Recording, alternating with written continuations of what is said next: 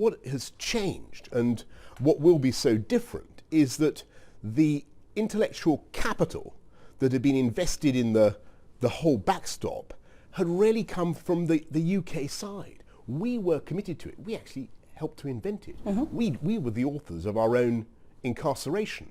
Take that away, change the approach of the UK negotiators, and you have a very different outcome. And if you can't do that, and simultaneously, of course, and you know what I'm going to say, the other tool of negotiation that you should use, not only the incentives of getting this thing done, moving it over the line, getting the money across and all the rest, but you have the extra incentive, of course, that the UK will be ready to come out, as you know, on WTO. And if you cannot get the agreement, that sounds like you crossing your fingers. No. You are clear, you would take us out at Halloween without a deal. An absolute guarantee?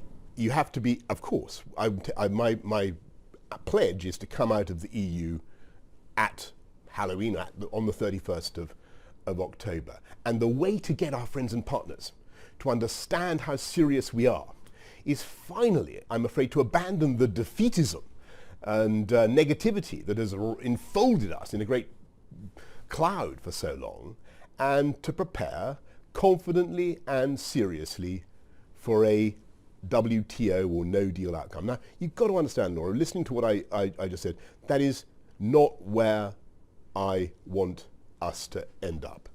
It is not where I believe for a moment we will end up.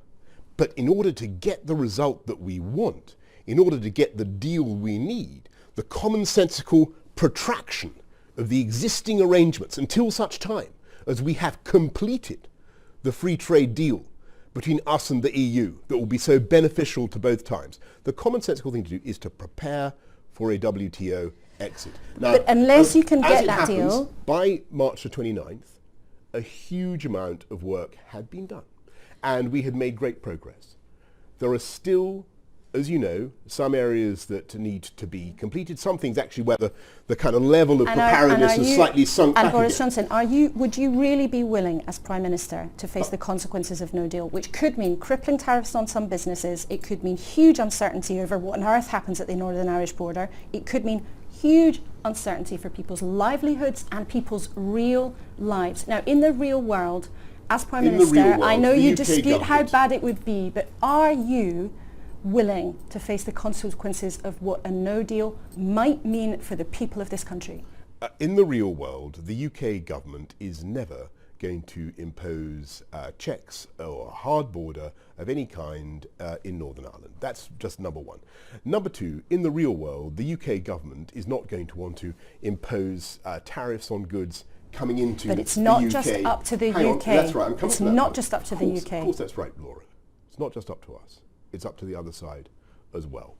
And there is an element, of course, a very important element of mutuality and cooperation in this. And we will be working with our friends and partners to make sure that we have an outcome that is manifestly in the interests of people, of businesses, communities on both sides of the channel.